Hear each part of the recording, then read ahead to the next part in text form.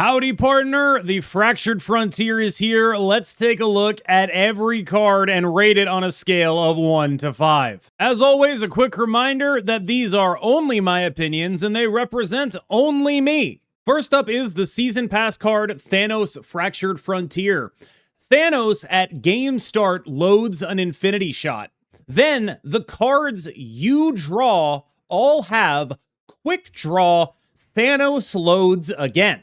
The infinity shots you can see on screen all have different effects. When you play Thanos, he fires all loaded infinity shots. The shots are random in terms of being loaded. You get 1 out of 6 for each one of them each time you play a quick drawn card. You cannot duplicate Thanos with Absorbing Man afterwards because he will be out of ammo. But what you can do, from what I can tell, is Wong him on the turn he's played. That's pretty cool. However, this is definitely a card that has a lot of inbuilt variance because the shots range in power pretty drastically. The two that strike me as the strongest are Soul and Reality. Soul Shot destroys the weakest enemy card here, and Reality Shot makes a copy of your lowest cost card here. This is really interesting because it encourages you to have a fairly expensive card alone at a location, but then it also, if you're playing against Thanos, encourages your opponent to not have a fairly expensive card alone at a location. Those two definitely seem like they're going to be where the peaks of this card power tends to reside. Another very interesting ability is the Time Shot, which reduces the cost of cards in your hand by 1, kind of a Sarah-ish thing, and Space Shot, which gives it +1 power and movable, making its floor somewhere between Sarah and Vision. Power Shot, definitely the one you're going to be the least excited to see, +3 power, not very splashy, but it is a meaningful upgrade to this card. And Mind Shot, similarly unexciting, draw 1 card. And I think that's roughly the tiers I would have them in. The top tier is Orange and Red, the middle tier is Time Shot and Space Shot, and the bottom tier is Mind Shot and Power Shot, kind of what I would expect to be building around. I will say in the abstract, the Greenstone Time Shot is going to be a little bit less valuable in my opinion than it might read as. I think if I wasn't getting this randomly and it didn't require me to quick draw to get it, I would be a lot higher on the Time Shot, but as is, I'm not particularly high on it. In terms of the card, I think the biggest question for Thanos is how much better than other 5s is he, and how worth going out of your way to get him is he? I think that the big question for me is going to be, is this card good enough to go in a Batroc deck? Because Batroc to me is one of those decks that would really rather do something specific that really doesn't necessarily want what Thanos is offering. And what I mean by that is Batroc is always going to want to play a Batroc on 1, a Sam Wilson on 2, and a Kraven on 3. Thanos shots and quick draws be damned. It's also going to really want to play a Juggernaut late and a Cosmo late. Thanos shots and quick draws be damned. So if the card is good enough to make it into Batroc and make you go off curve and be good in that context, I do think it's possible that this card ends up being a little bit too strong. If it's not, and it actually requires deck building, I think they've done some really smart stuff here to make sure this card doesn't get too out of control. In other words, I think this card is likely going to be a very good card, but perhaps not a Mother Ascani level ridiculous, oh my god, Star-Lord ridiculous, oh my god. And a lot of that is because they sort of, it seems like, learned their lessons from cards like Mother Ascani and Star-Lord and made it very difficult to duplicate this guy. That is a really important thing that they probably had to learn at some point, because this is a card that cannot get Absorbing Man. It cannot get Grandmastered. It does not repeat its honor reveal. You do not have this 5 that is doing all of this stuff, and a lot of its stuff isn't very good to repeat on the final turn of the game anyway. So this very much is a card that may look like it's a big ball of stats and does all of this cool stuff, but it doesn't win the game on its own, and repeating it doesn't win the game either. It's just very good. And so for that reason, I think this card is going to be very solid, a powerful card, but I don't think it's going to hit the heights that some of the cards that it's getting compared to, like Mother Ascani and Star-Lord, are typically able to hit. So for that reason, I am going to call Thanos Fractured Frontier a 4-star card. Next up is Jane Foster Fractured Frontier, a 3/4 with an on reveal judge 4 other random characters. If they're yours, they get +1 power. If they're your opponent's, they get -1 power. Then, if you quick draw it, do it again. So baseline, if there are 4 other random characters on the board, this is a 3/8. If there are 4 other random characters on the board and you quick draw it, this is a 3/12.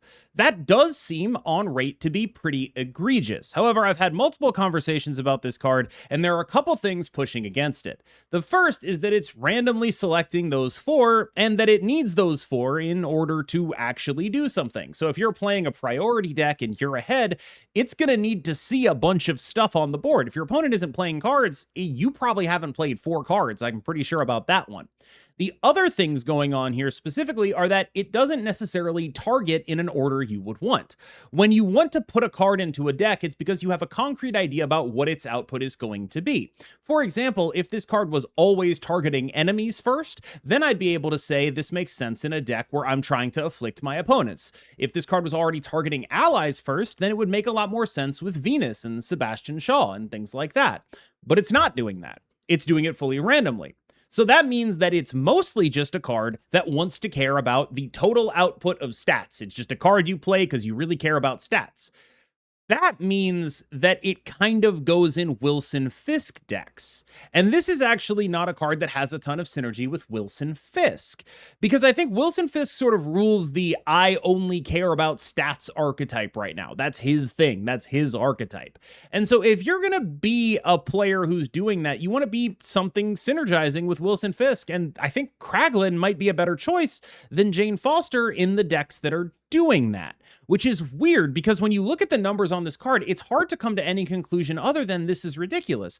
But the context around this card makes me really question that. I think that maybe it is entirely possible this is not a ridiculous card. It's just a solid one, and its lack of synergy with the things that are happening right now that are particularly good means that it won't necessarily get that big. I can see this card anywhere from 3 to 5. I'm going to go on the low end here and call it a 3.5-star card because of these contextual problems. But I am fully willing to believe that this could be one of the biggest L's I eat in the season. Psylocke Fractured Frontier is an on-reveal 3/4 that looks at all the cards that cost 5 or more in your hand and says they cost 1 less. But if you quick drew her, it's your entire hand, not just the ones that cost 5 or more. I think this card is a very interesting one in a couple of specific contexts, but mostly in relation to combo decks built around expensive cards. Anything that is looking to play a card that costs 5 or 6, but especially 6, a lot of those decks want to do that a little bit earlier, and that'll be particularly meaningful. 2 decks that come to mind specifically are Living Tribunal and, of course, the Scorpion Brand New Day combo lists. Both of those lists really would like to get those cards down cheaper and easier so they weren't locked into certain play lines on the final turn of the game. I think this is probably a bigger buff to the Scorpion decks than to Tribunal decks, but either way, it feels like when you're building a deck with this card, what you're doing is building it around the front side and not around the quick draw. The quick draw is a nice bonus that happens sometimes. The front side of this card is the reason you're putting it in the deck. And I think in that context, it's very comparable to Luna Snow. I don't think it's going to be as good as Luna Snow, but I have a very high opinion of Luna Snow. I would call Luna Snow a 4.5-star card right now. Just absolutely elite, the best card at doing what it does in the game, and not always going to be incredibly relevant because what it does is not always in demand, but a first-round draft pick if you are playing something like a ramp deck or really any deck that wants energy acceleration. That's your first option. I think there's a very real chance that this is your second option. And I think that if you're a deck that wants to play multiple Luna Snows, the first thing I'm going to do is try to put this in for that being that second Luna Snow. I think this is a really solid card. I don't think it gets up to the level of Luna Snow, and I think there are definitely going to be metagames where what this card is trying to do is not going to be particularly incentivized. I also wouldn't be surprised if a lot of the decks that want to play this card are bad decks, because that's what this card kind of wants to be a part of. It wants to go in a bunch of bad decks, because a lot of the decks that want this card effect are not particularly consistent right now, and that's a very real problem with them, and that's life. But this is going to be another one that I'd be willing to take an L on, because everything in my body is screaming I should downgrade it 0.5 point just to like get some plausible deniability here. I'm going to say this is a 4-star card. I don't think it's as good as Luna Snow, but I think it is your second round draft pick if you are doing something that involves big guys, and I strongly suspect that it will be a powerful card. Dr. Octopus Fractured Frontier, a 2/2 on reveal. Put the leftmost card in your hand on the top of your deck. You get a random character. That character gets +3 power, and so does the card you put on top of your deck. In theory, this looks like a way to do some kind of quick draw thing. Oh, your quick draw card's on the left. You play Dr. Octopus, then you quick draw it. You get +3 power on that. It's going to be worth it. In practice, I think this card is more of like a buff card if you're going to be playing it. Like, oh, well, over there, I've got my Brood. Better put that Brood on top and get +3 on it because I don't want a random character. I just don't want that. I'm not interested in it. I don't want a random character with +3 power. I can't control for that outcome. I'm not interested in that. When I'm deck building, it's not something I'm trying to get. Maybe there's a world where you could sell me on that randomness being an upside in like an open deckless tournament or something like that. I could listen to that argument, but I think I'd be a lot more excited if it was like taking cost off of the random character instead of giving power to it, because that would just at least guarantee that there's like a ceiling on how unplayable the character can be. As is, I think this card mostly will be like America Chavez-y. Like when I look at like what the roles of this card are going to be, it's going to be stuff like that more than it's going to be quick draw stuff. So if you're playing like, I don't know, America Chavez Surfer deck with like new Jane Foster and Brood and Maverick, I can see this being the kind of thing that you want to do. But I definitely feel like it's more about the buff you're giving to that card than it is going to be about the every other part of this card. Instead of a quick draw activator, I'm seeing a lot more of a buffer here. And that's not a bad thing to be, but it does come with an associated cost. I'm going to say that Dr. Octopus Fractured Frontier is a 2-star card that has some real potential upside. Like, I wouldn't be surprised if, a couple days from now, I'm like, Heart of the Cards has this awesome Dr. Octopus Fractured Frontier. It's just like a Maverick deck. I wouldn't be shocked if that happened, and I can see how he'd be useful in that context, but I'd imagine he'd be one of the worst cards in the deck. Red Wolf Fractured Frontier, a 2/1 on reveal, +1 power for each card in your hand.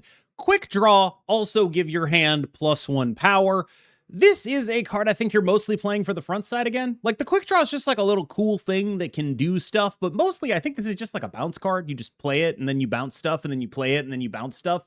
And I think this is pretty comparable to Boomerang, which makes me think that it's probably not that good. I could be a little low on it, but really if I'm low on anything, what I'm low on is the archetype bounce.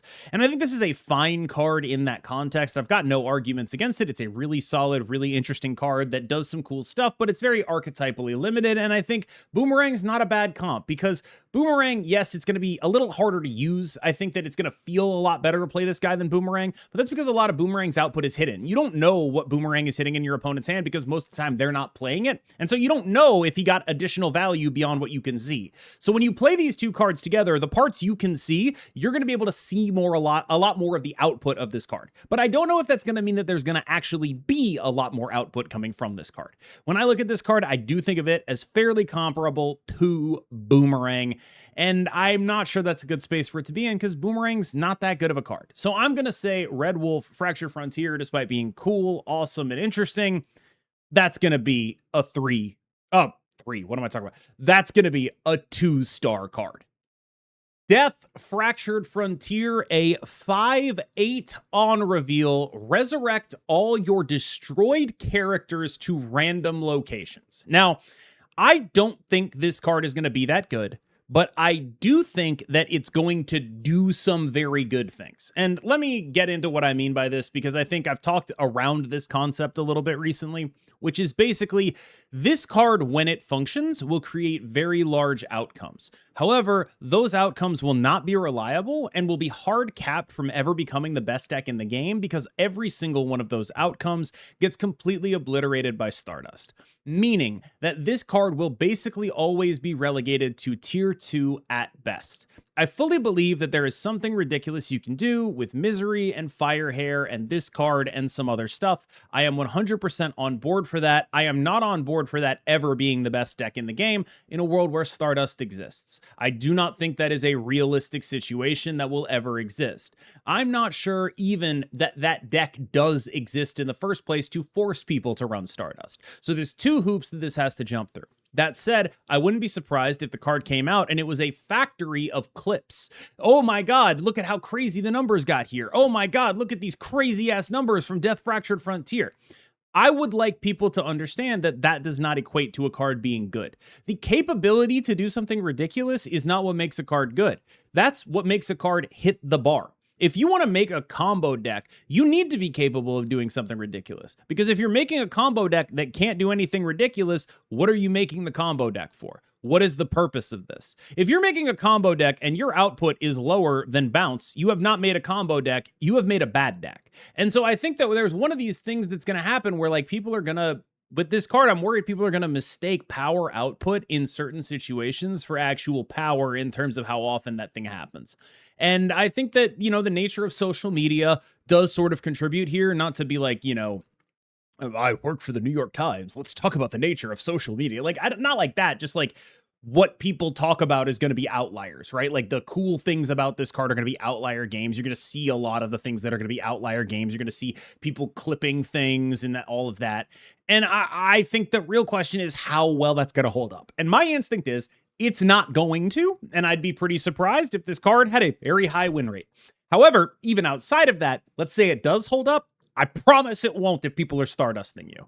And so even if you manage to jump through the hoop of this card somehow creates a deck that is better than the Scorpion Brand New Day deck, that is better than, like the output is bigger and more awesome and better. Even if that does happen, that additional hoop makes me feel like there's just absolutely no way here. So I'm going to say Death Fractured Frontier, 1.5 star card. I really do think it's possible that this is going to be a card that's on tier lists in certain metagames the way Hela is now, which is to say when people are not doing the thing and it can fly under the radar and pick its spots positioning wise based on what the metagames look like. But I find it very hard to believe that I will ever be starting a tier list off with a deck that has this card in it. Hellcow Fractured Frontier, a 3/3, end of turn, afflict all other cards here with -1 power, then destroy your cards here with 0 power or less. I am, if you'll pardon the pun, pretty bullish on this card. I was playing a bit of the Scorpion combo deck. It feels like a lot of what that deck is missing is the ability to have reasonable mid-range games while playing things that basically only cost 3 or less. And anything that just like costs 3 or less so that you can still blink into Scorpion is really meaningful in that deck if it's a good ass card.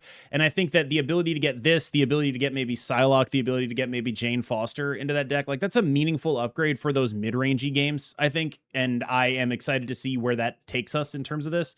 So I'm a little more bullish on this card than I think a lot of other people are. But even at baseline, this to me reads like high Evo Cyclops, except I don't have to play high Evo for it. And I realize that's maybe not particularly exciting, right? Like, okay, great. That's a fine thing to do. I think that's a pretty good card. I think that if you put this in a location where your opponent has 2 cards and you have no cards, and it just does that the entire rest of the game, that is actively good. You are getting effectively just 2 points, 2 points, 2 points, 2 points 4 times, because end of turn 3, end of turn 4, end of turn 5, end of turn 6. That's a super respectable card. That is incredibly respectable. God forbid you put like a diamond back there or play the Scorpion or something like that. I just think this card is good. I just think this card is absolutely good. I'm going to say this is a 3.5 star card. And honestly, I kind of want to go higher because it is just, the way I think about stars here is like 5 is like meta defining. Oh my God. 4 is an archetype all-star or like a generically good card that is like, this is pretty good. It goes in a bunch of stuff, but it's not like metagame defining, or something that is just an all-star within its archetype. 3 tends to be more of the cards that are like, these are role players within their archetype. And then 2 and below, we start getting into like, it's a build around for a deck that kind of sucks. That's sort of where we're at here. I think this is really close to being a 4 based on those criteria. It's possible those criteria are wrong for what it's worth, but I feel like this is just a card I'm going to play a lot of if I'm going to try to play anything in the Afflict space. Red Hulk Fractured Frontier is the oddest implementation of Quick Draw in the entire set, I think. I mean, I guess you could argue Thanos is, but 3/8 on reveal, -1 power for each enemy card here. Except if you quick drew it, it's +1 power instead, which is very different from all the other ones. Like, there's very different, I guess, taste to the rest of these cards, because every other quick draw is like, here is the thing that I do that is good, and then if you quick draw me, I do a better version of that thing. Jane Foster, I do something good. Quick draw, I do it twice. You have Psylocke, I do something good. Quick draw, I do a bigger version, right? Red Wolf, I do something good. Quick draw, I do a second thing good. This guy, I do something bad. Quick draw, instead of being bad, it's good. So there's going to be a bigger delta on this card compared to the other ones. When you quick draw it, this card is infinitely better than when you don't. And I think that there's something to be said for that, but I think that when you're not quick drawing this, which is going to be the majority of the time, I'm not sure how good this card is. I don't think it's awful. I think that there's a world where you're going to want to play this guy, but it definitely needs to be in a context that is not needing him to win an Iron Patriot lane, which is bad because that's like every single deck that wants a 3/8 wants it to be an Iron Patriot card. And so if you have to play this guy on the lane that is not being contested, so he can be a 3/7 on turn 3 because there's only one card there, I don't know how good he actually is. I'd imagine the answer is still better than Gladiator, but I'm not sure that's a particularly high bar. I kind of think that this guy's going to get a little mogged by Kraglin in whatever decks are really looking for him, but he should definitely create some interesting game states if you draw him late. All right, y'all, thank you so much for watching. As always, I've been KMBest, you've been phenomenal, and I'll see you in the next one.